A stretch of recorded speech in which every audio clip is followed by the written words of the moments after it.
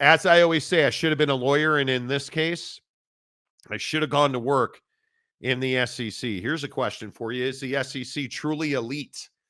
Oh boy, yesterday so many people, I was told that I was a liar and I'm living in an echo chamber of our own creation and all this great stuff because I said, why do people hate the Big 12? And then just a litany of I hate the Big 12 because comments.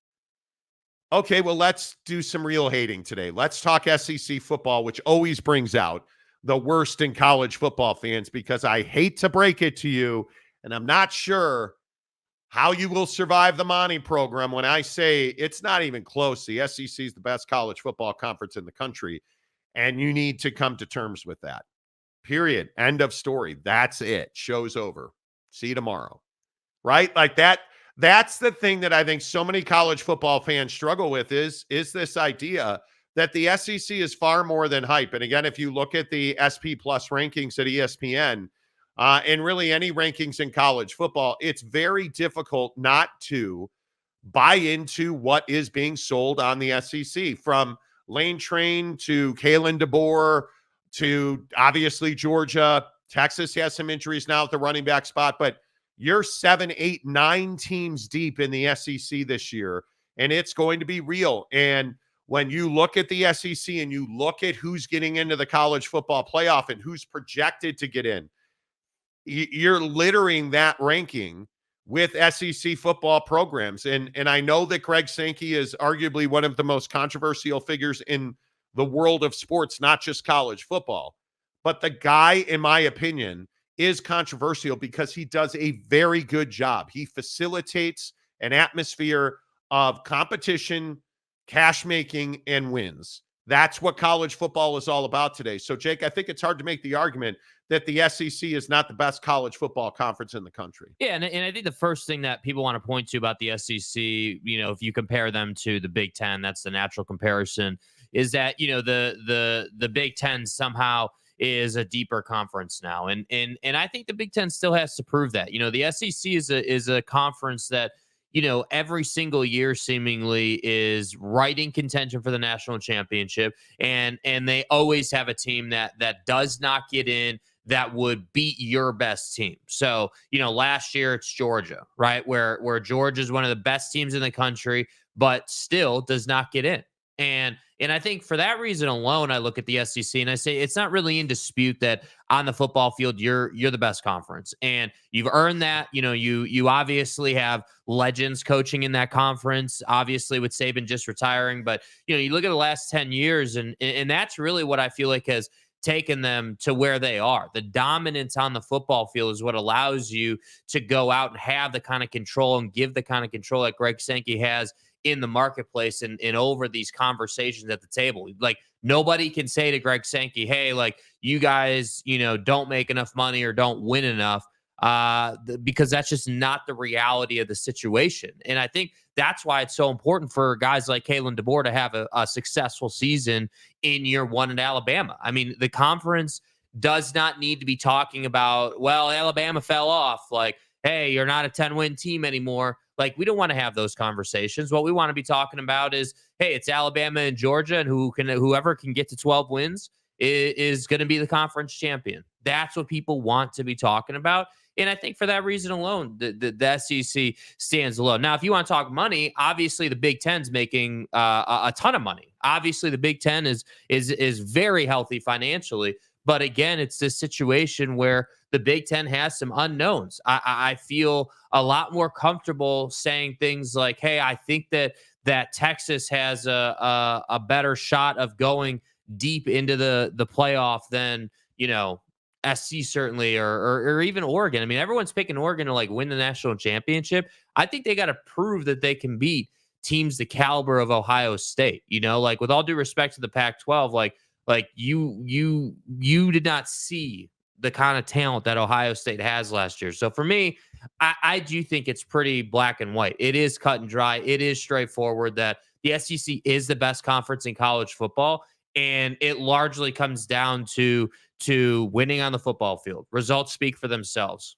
Yeah, and I think that's why when you look at the when you look at the SP rankings at ESPN, do you guys know what the SP rankings are? It essentially is how good have you been recently? How much returning production do you have? And how are you recruiting? And it is, I think it's one of the more unbiased views of what your where and when and how your program sits. And you look at the just look at the top 15 and look at Georgia 1, Ohio State 2, Oregon 3, Bama, Texas 4, 5, Penn State, Michigan, Ole Miss, Notre Dame, LSU, Missouri. You look at Oklahoma, Texas A&M, Tennessee. You look at all of the representation that the SEC has in the top 20 of the SP rankings at ESPN, and I think it's awfully difficult to make the argument that the SEC is anything but the best college football conference in the country. And I mean, by any measure that you want to put forward, by any ranking, by any coaches poll, AP poll, where the soccer writers vote, like it doesn't matter how you look at this. The SEC routinely puts teams in the college football playoff, routinely recruits at the top of the recruiting cycles, and wins games on the field. You routinely have Georgia and Bama. You look at Lane Kiffin now with Ole Miss, and you look at the growth in Ole Miss's program. There's so many reasons to believe that they are the best. And we talked about the Big 12 yesterday, and one of the things that really should concern you if you're a fan of the Big 12 and really the ACC is you go up and down these rankings, and if you are not Utah at 18, you look at Oklahoma and Texas. That's what hurts if you're a Big 12 fan, because they're not in your conference anymore. But if I'm looking for an ACC team, obviously I'm thinking Florida State, but Florida State's 12th. Florida State is number 12. And Clemson's 16th.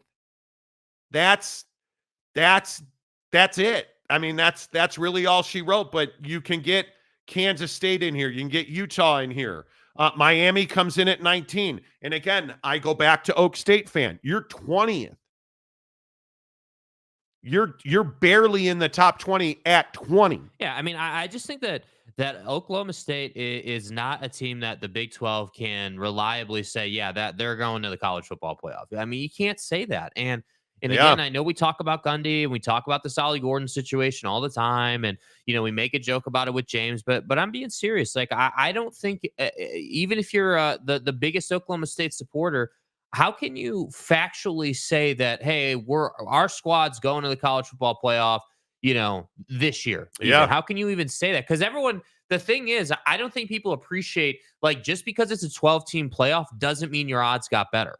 Like, you understand that, right? Like, you've got 5 conference champions, and then you've got 7 at large.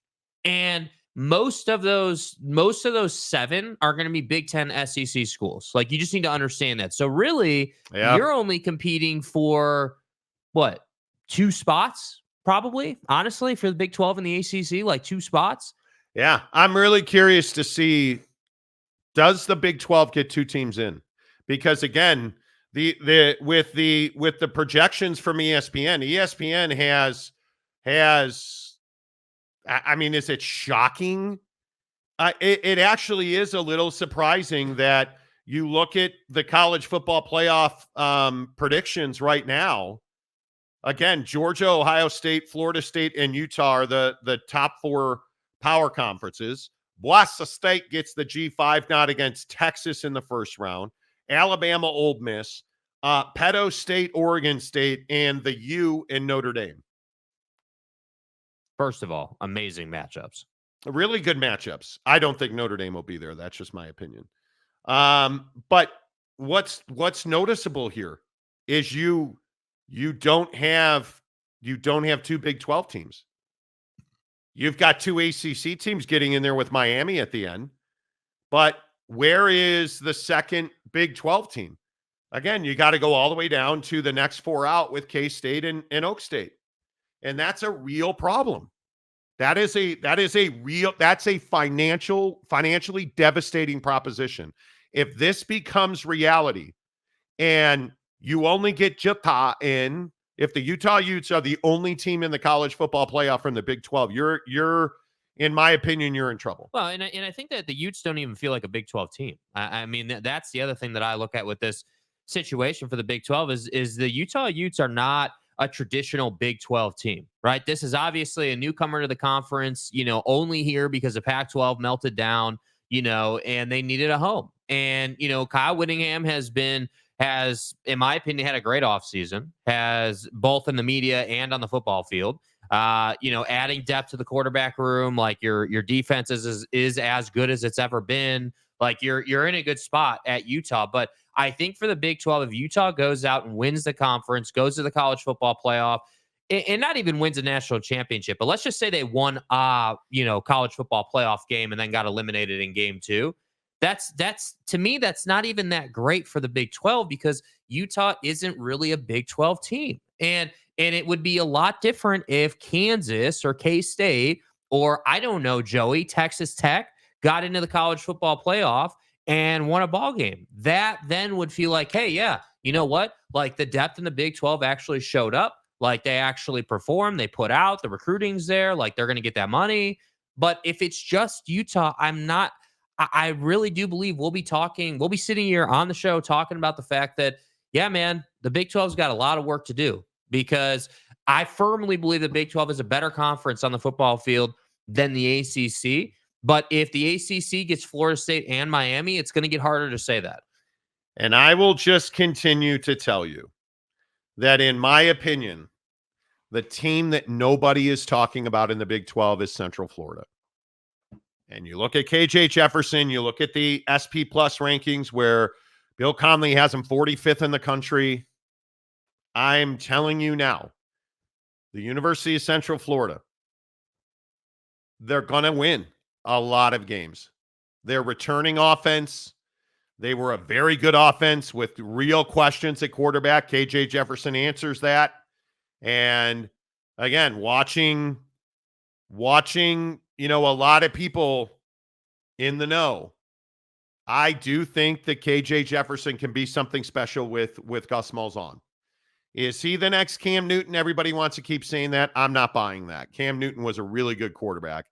I am buying that KJ Jefferson's his own man, and I am buying the fact that UCF is the sleeper in the Big 12. Well, what do we know about KJ Jefferson? I mean, we know the guy's got an absolute cannon. We know that he's not scared to push the ball down the field.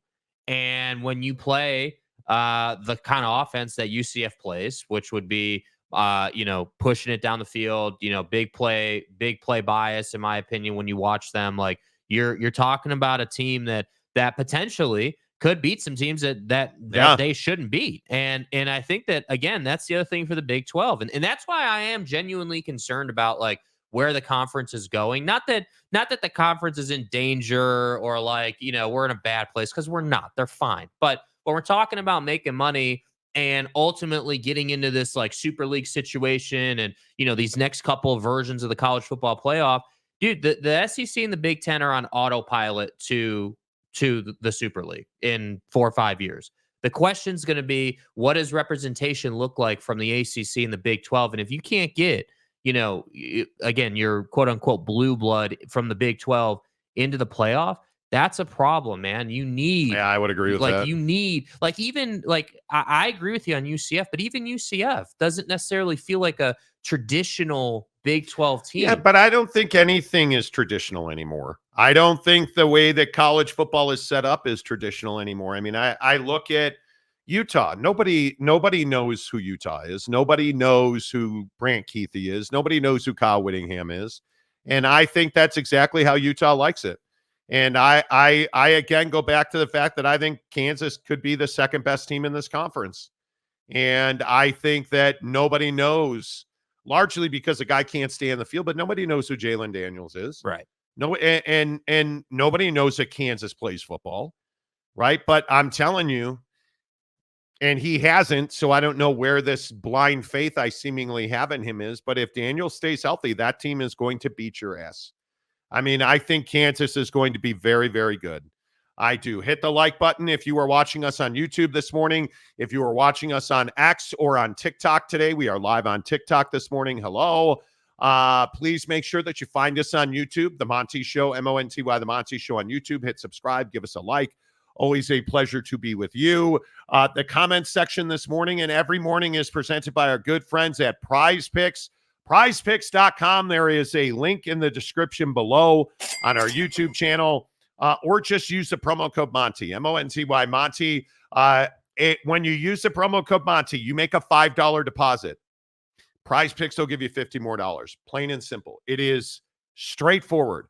No strings attached, no questions asked. You make a $5 deposit into a new account at Prize Picks. So all you have to do is download the app, right? Use the promo code Monty when you do it.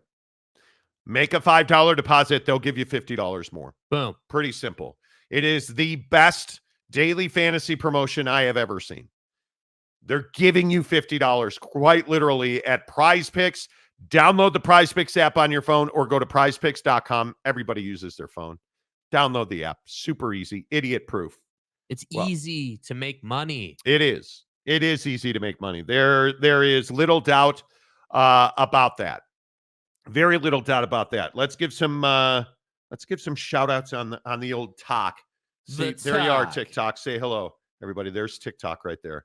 I am not a big enough deal at this point in my TikTok life, to be able to do the TikTok studio. Oh, but it's fine. Laura Lashley, hello. Lulu, hello. Jeff Flozer, hello. Flozer? Hello. Who the fuck are you? Tish Marish on TikTok, hello. Good to see you guys as well. Let's see. Noel Ramirez, the noted UCF fan on the show. So, no, Jake is saying we shouldn't be happy for Utah. Yeah, you did kind of bite yourself in the sack. What do you mean? Where are you at on Utah? I think, yes. I don't think there's anything that Utah can do to earn people's respect. I don't. So let's be really clear. I'm not hating on Utah with my Big 12 comment there. What I'm saying is that I do think Utah is going to win the conference. I do think Utah is going to the college football playoff. And I think their success in the playoff is largely contingent on matchup. I mean, if they get, if you get Oregon in the college football playoff, I like your chances. I think you can play with them all day.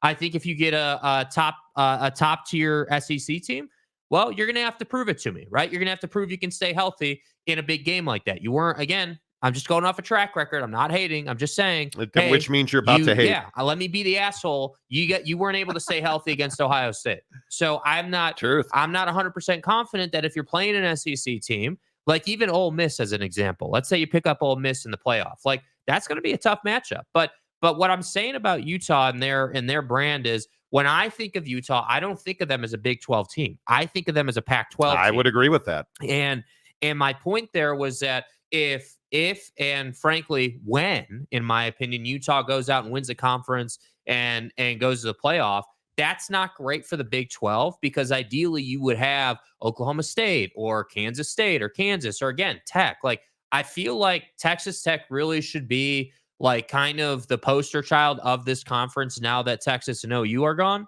but they're not there yet. And so that's what I'm saying. It's not really about hating on Utah, that we shouldn't be happy for Utah. It's more about like, hey, yeah, the Utes are good. They're going to go and do this. I fully expect them to have a great season, and that's awesome. But for the health of the conference moving forward, you got to have what I would call more traditional Big 12 brand step up and I would agree with that. Have some success.